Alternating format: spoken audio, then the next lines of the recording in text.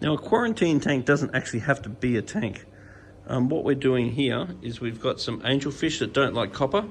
So we've got a little power head in there giving plenty of surface agitation.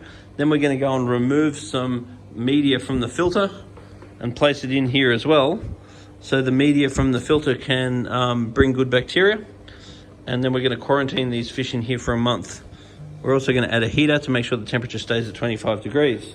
Now, fish that do like copper, we're going to treat in this tank because they have an infestation of white spot because the salinity of the tank went too high. Now, it's good to increase the temperature a little bit. So make that temperature go to 27, and that'll speed up the life cycle of the pathogens. All of these fish have been freshwater dipped before going into this tank. And then we're going to dose copper in the tank, and we're going to dose it to the recommended level. Then tomorrow we're going to test the copper, and it's common that your copper test will come out 0. Then we'll dose it again, then we'll test it the next day, and it will probably be 0.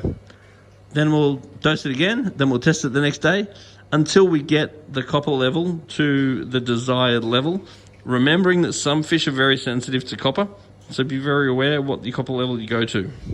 So research the fish and decide on a copper level before you do it, because some fish are more sensitive to it than others. If the copper level's too low, it won't be effective.